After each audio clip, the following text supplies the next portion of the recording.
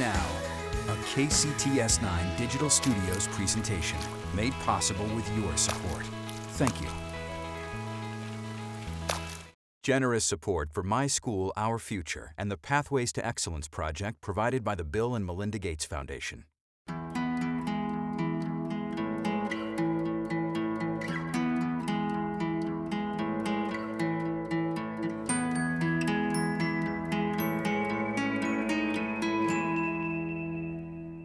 Hi, I'm Enrique Cerna. In early September of 1959, I arrived for my first day of school in the Wapato School District in Central Washington. I was the last of my parents' 5 children to begin the journey into public education. Much has changed in Washington schools since those days: the curriculum, the technology, teaching practices, school funding, and the laws surrounding public education. But for today's students, a surprising number of things have stayed the same. A nagging inconsistency continues to plague our schools. The opportunity gap. Despite historic changes and great efforts in the past few generations, inequities still persist, yielding vastly different outcomes for children of lower income families and children of color. The opportunity gap is a deeply complex issue. There is no single answer, no perfect strategy. But there are schools across our state that are making measurable progress in closing the gap and opening new pathways to equity.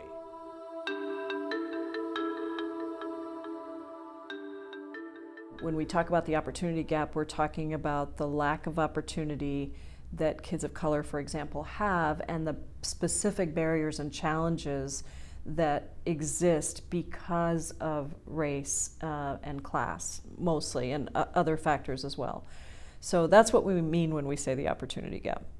Look at the difference in math scores between upper and middle income third graders on the one hand and low income third graders on the other. That space in between is the gap. The same issue persists with regard to ethnicity. Indeed, while the state's Asian American and white third graders are reading at one level, other groups like Latinos, African Americans, Native Americans, and Pacific Islanders are experiencing different results. And then the second thing I'll say about opportunity gap is I think it recognizes that the burden for fixing that is on us, not on the kids. By framing the gap as one of opportunity rather than achievement, we are reminded that it's not a question of ability or how students apply themselves. It's a question of access to all the right resources. A number of schools are addressing these issues. Chinook Elementary, Denny Middle, and Chief Sealth High School are among those leading the way. While each school takes a unique approach, some common themes emerge, starting with a deep commitment to each child.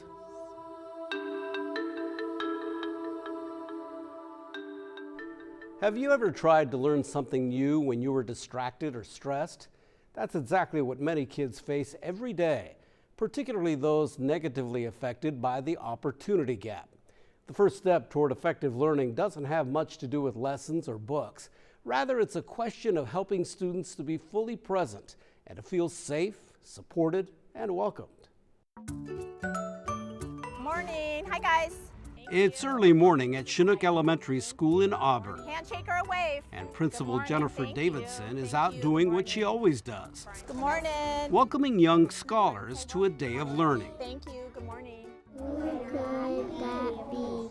Yes, it was. Chinook's made incredible strides in literacy, and this academic success goes hand in hand with improving the school community. When students feel successful, self-esteem and self-management can soar. By law. Here at Chinook, reading has been our focus, but as important as reading has been the relationship that we build with the kids. Grandma told me. We all understood that without the relationship and without the kids wanting to be engaged in learning, that it would be a struggle to move forward in their academic progress. Thanks, Joey, for having your thumb up. That shows me that you're ready to move on. Each relationship is formed in an intentionally safe and caring setting. If you're not done, is that okay? Yes. As long as you were doing what? Trying. The staff uses programs like positive behavior intervention support to help students practice kind and effective communication. We've been implementing that here at Chinook, and we've seen a huge increase in students' engagement as well as increase in positive behaviors. Put up 4 points for being rock stars today. 5 to 1 is the golden ratio of how we want to interact with our kids. We want 5 positive interactions for every 1 corrective action that we say. You beat your goal. Give me a high five. At Chinook, the 4 basic behaviors, which all students practice, are called the 4 B's. Be kind, be safe, be respectful, and be responsible. Those are part of our basic curriculum, as is our social emotional learning curriculum, second step. Today we're going to talk about what to do when you do something by accident. It's clear that students are using the positive strategies they've learned. Lunch detentions at the school have gone down from 300 5 years ago to just 50 last year. Let's take a look.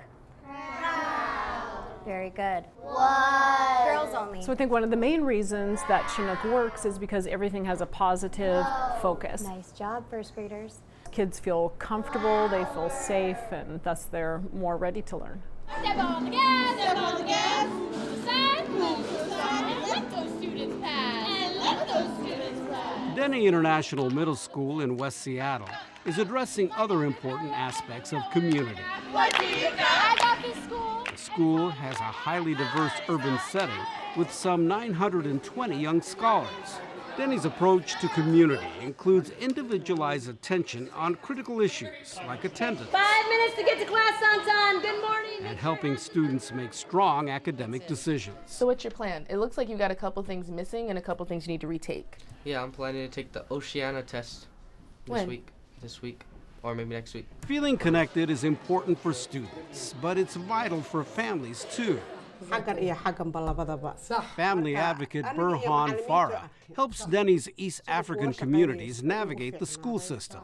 She was sharing with me how great this school, how we help, how the teachers very helpful, staff member, how everybody's supporting our kids. Like other schools that are successfully closing the opportunity gap, Denny is taking steps to make sure that cultural perspectives aren't just welcomed, but fully integrated in the academic program. Proyecto Saber, or Project Knowledge, is one example that connects culture and academic excellence. Take out your grade reflection sheet and take a second to just look over your grades. Proyecto is a really important part of our master plan and how we connect with kids and families. And it's a leadership program that's based on cultural affirmation, academic support, and community partnership. Write down your grades for each of your classes and your attendance for this week. What are the things that you're going to focus on this week? So one of the things that happens in Proyecto is really helping kids to internalize great study habits and getting support that they need in various classes. Sharing a campus with Denny, Chief Sealth International High School extends and deepens many of the experiences students begin at Denny. A rich cultural program is no exception. 2, 3, ready? Have your E7 ready to go. Jose, you guys got E7? We have the only high school mariachi program in Western Washington, and we're very proud of that here at Chief Sealth. Mariachi at Chief Sealth started about 15 years ago as an after-school club, and a few years after that, mariachi was incorporated into our music department. Students, typically when they join the class, have never played an instrument before. Most have not sung formally before, and that's a huge learning experience. But many of them are familiar with the music because it comes from their homes and their family experiences. Ultimately, that's what keeps kids in school, is if they're interested and if they care about what they're doing. And the more you speak to their hearts, the better it's going to be. I've seen many students go through the mariachi class and program who find their relevance in school through the experience. Mariachi can provide a cultural bridge, really, for the students who maybe don't have as many natural connections to traditional school activities.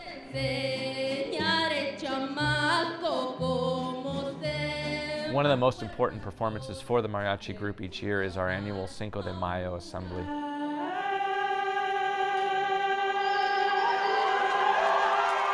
They really are proud to play the music, to express their cultural heritage, to share that with our student body. While headlines about the opportunity gap tend to focus on test scores, it's important to remember that there are many factors that widen the gap long before pencil even touches paper. Schools that are narrowing the distance are carefully building relationships with each child and creating safe spaces that honor kids, their families, and their cultures.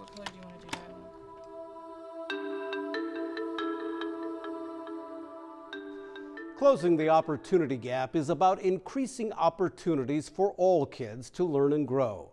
Schools that are bridging the gap are able to offer a rich array of academic strategies that resonate with different students.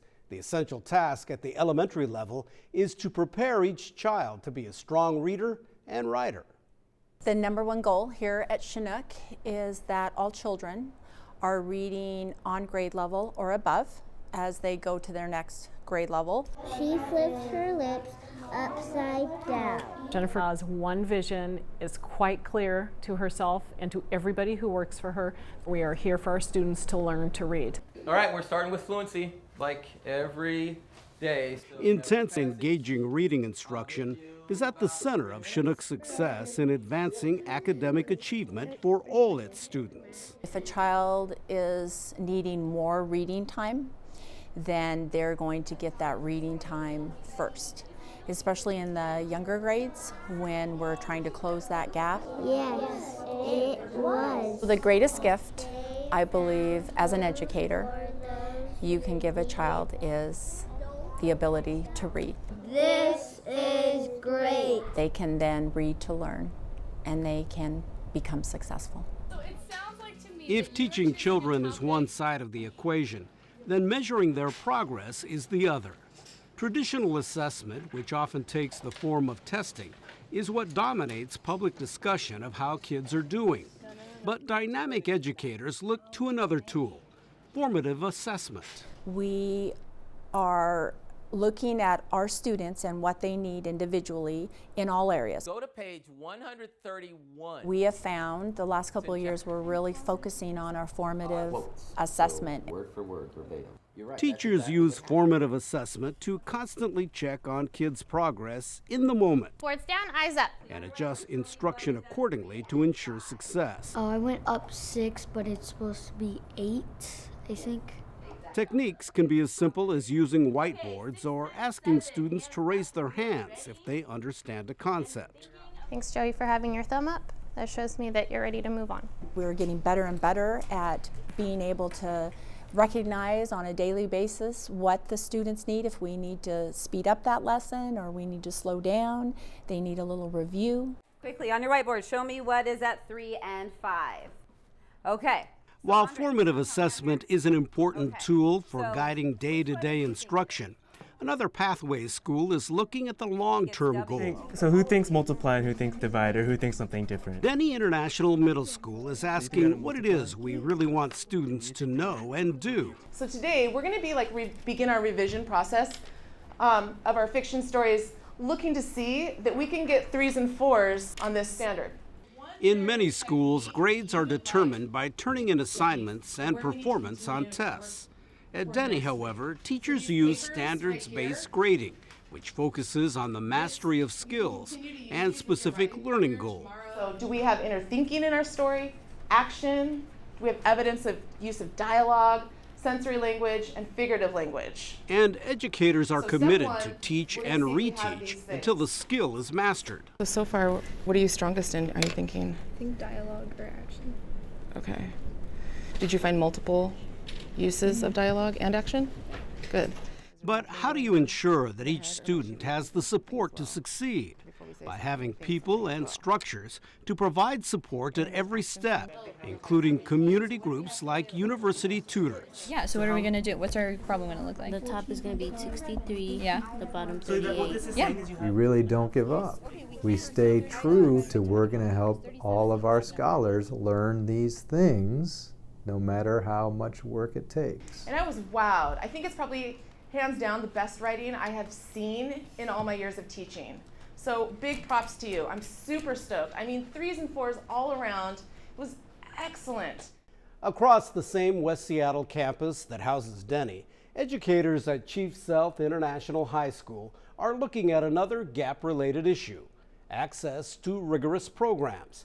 They are dismantling the traditional separation of honors and non-honors classes. 3 years ago, Chief Sealth went to a blended model of classes at the 9th and the 10th grade. As I circulate blood through my entire body. In those classes, our honors kids are blended in with the kids who are not challenging themselves to take an honors class. By combining honors and regular programs into one experience, the school hopes to encourage more students to move up to the honors classes. Kids may not be in an honors class because they may not have the profile of an honors student, but yet they may have the intellect of an honors student. What word would fit there that we would use? In the blended model, students can see firsthand what the expectations are for an honors program and quickly opt in for a more challenging curriculum. 1, 2, 3. 2 households, both alike in dignity. I've decided to take art classes because I wanted a new field of challenge, not just taking the normal classes, but to challenge myself. And because I'm the oldest child in my house, I wanted to show my siblings that there's always the reason to challenge yourself. It's based on you, whether you want to challenge yourself. And you'll find that there are many kids who take on the challenge for the first time. I did not take honors before because I was too afraid. Just because I was like, I don't know about honors, it's just a lot of pressure. And so now, because of trying my first time in honors with language arts, I'm trying slowly to get into other classes that are honors. And so yeah, I like it. You're building a business, correct? What's the goal of that business? To work, to make profit. In addition to widening the path to honors level study, Okay, what does it say in the Code of Ethics, however? Chief Sealth offers pre-professional options, including the Academy of Hospitality and Tourism and the Academy of Finance. So let's look at 2 topics here that we're gonna cover. Self-interest versus greed. The Academy model is very basic. It is open to all students. The basic prerequisites are a few letters of recommendation and an essay.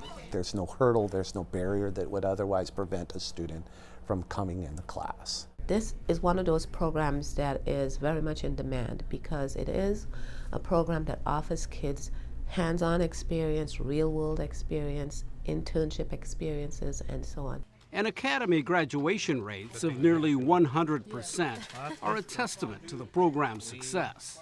They're all graduating, and they all have plans beyond high school, and that's what's most important. If we can offer kids a lot of different options so that they can see themselves in whatever it is they're studying, they're going to stay in school. To sustain everyone's lives.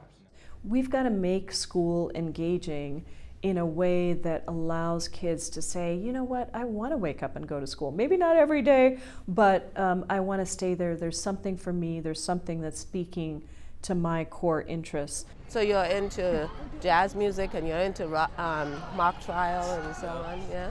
We want you to make your own mark and accept what you want to accept, challenge yourself, knowing that we will be there to support you all the way. 2, 3. Thank you.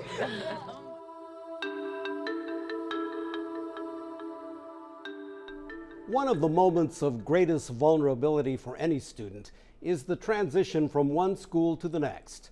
The move from 8th grade to high school is especially critical in closing the opportunity gap. Denny International Middle School and Chief Sealth International High School are addressing this head-on, using shared faculty, programs, and facilities to create a seamless experience for their young scholars.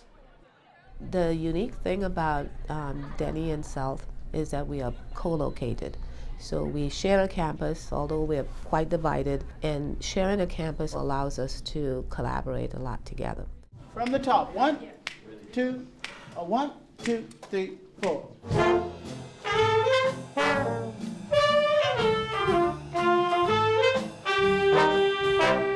connections between Denny and Chief Sealth include academics and, just as importantly, activities and social connections. Let me hear those last few notes. 1, ba-ba-doo-dit-da. Play that. 3, 4, da-da-da-da, yeah. We have literally had kids that we've met in 4th grade through some of our programs that start early. We outreach to our feeder schools, and we've walked those kids from 4th grade to the University of Washington.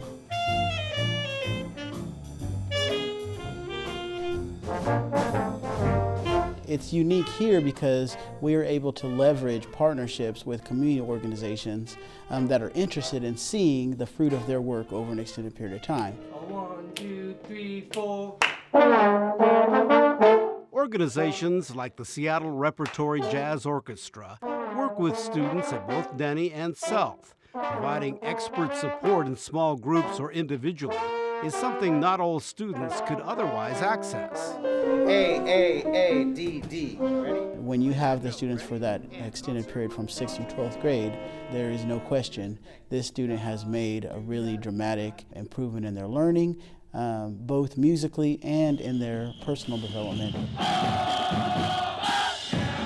Students are able to follow band leader Marcus Pimpleton even beyond the classroom, participating in the All-City Band, a summer marching band that he directs. Another way West Seattle schools are building a strong pathway for their students is through dual language programs, which begin in the elementary schools and extend through middle and high school.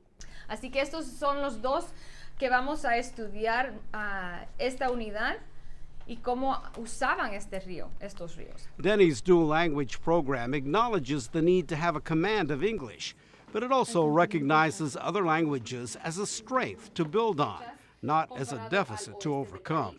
The dual language program is for students who already have a background in Spanish, so they know how to read and write in Spanish, as well as speak it, of course. We're not teaching Spanish, we are teaching content in Spanish. Research tells us that when kids are really strong in literacy in 2 languages, the languages support each other. And so it's a win-win, and we're getting fantastic results.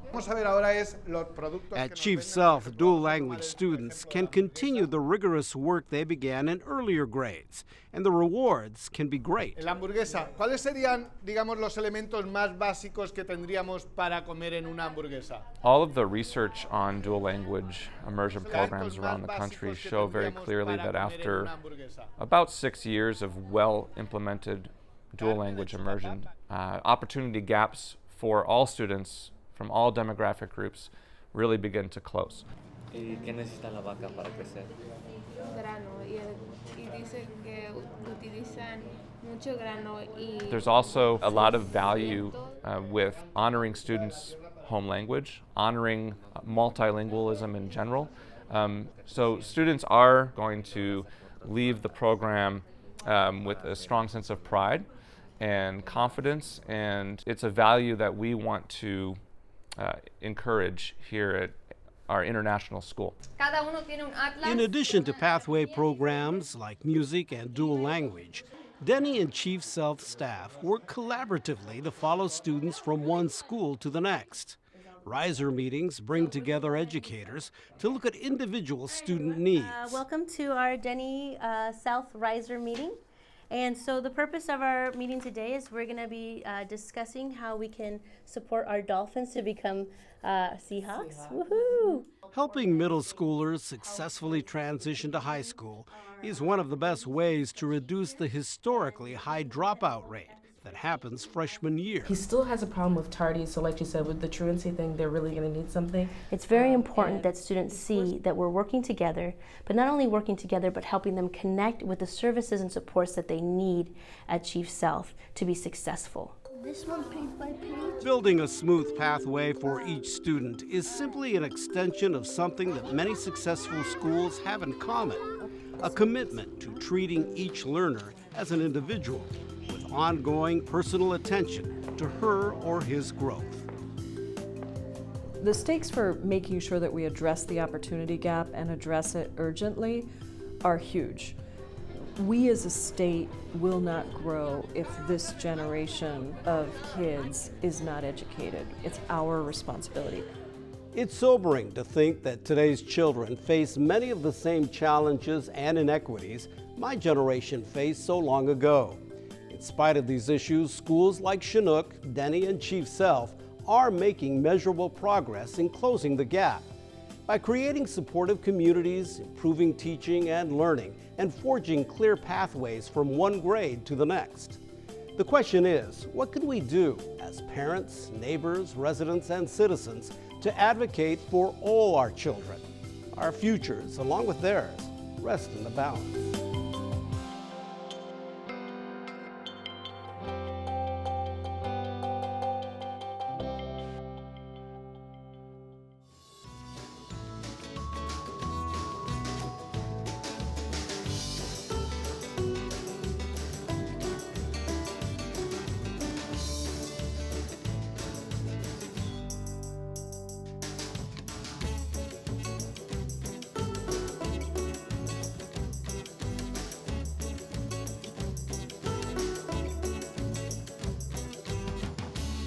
Learn more about Washington schools closing the opportunity gap and find resources for your school at kcts9.org/pathways. Generous support for My School, Our Future and the Pathways to Excellence project provided by the Bill and Melinda Gates Foundation. This KCTS9 Digital Studios original, made possible with your support. Thank you.